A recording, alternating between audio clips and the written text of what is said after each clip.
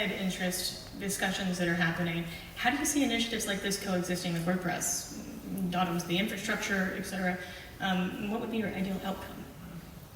Well, it's open source, so everything can coexist with WordPress. And I think that's part of the beauty that something like this can be written with the APIs that WordPress has. I don't know if I want to comment too much further on it, just because I kind of just found out about it last night. There hasn't been that much time. There's a lot of code and complexities. I do wish that the team did want to collaborate. But the team says we want to be transparent in everything, but it did sort of drop as a surprise. It was worked on in secret for 6 months. But we can work past that and look at it. I do think things we need to keep in mind are, what are users asking for? What are the challenges they're facing around finding the right things, knowing it's secure, getting updates? The stats around how many sites that are hacked are from out-of-date plugins.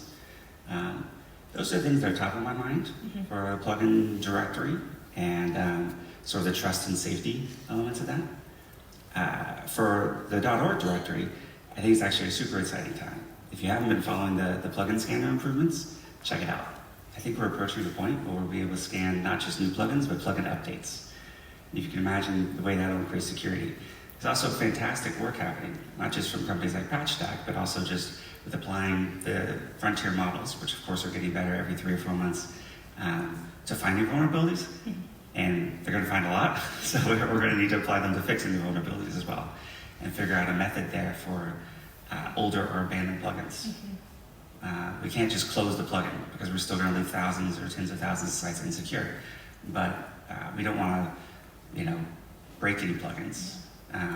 So I think we need to figure out something like, if a plugin hasn't been updated in a year or two, it's abandoned but still active, or like some sort of way to, again, make the plugin directory like the most safe, trusted, and performant place for WordPress users. And I actually got some cool stats around this from our systems and plugin team, because I haven't heard it recently. So we're now up to 72,000 plugins and themes. This is about 3.2 terabytes of zip files.